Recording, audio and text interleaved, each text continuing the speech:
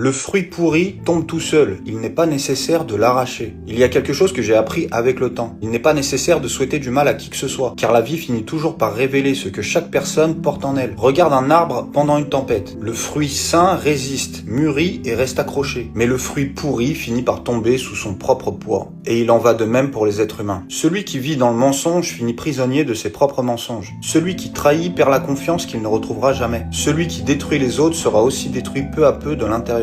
Et ce n'est pas une question de karma, c'est le prix inévitable de leurs propres décisions. Alors ne gaspille pas ton énergie à te venger ni à regarder les autres tomber. Pendant que certains se consument dans la haine, concentre-toi sur le fait de grandir, de guérir et d'avancer. Comme le disait Marc Aurèle, la meilleure façon de répondre au mal n'est pas de ressembler à celui qui l'a commis, car la vengeance enchaîne l'âme, tandis que vivre en paix te rend libre. Et au final, pendant que certains pourrissent de l'intérieur, d'autres fleurissent en silence. Morale ne poursuit la chute de personne. La vie pèse déjà suffisamment sur celui qui agit mal. Protège ta paix, ton évolution et ta conscience, car bien vivre sera toujours la plus grande des victoires.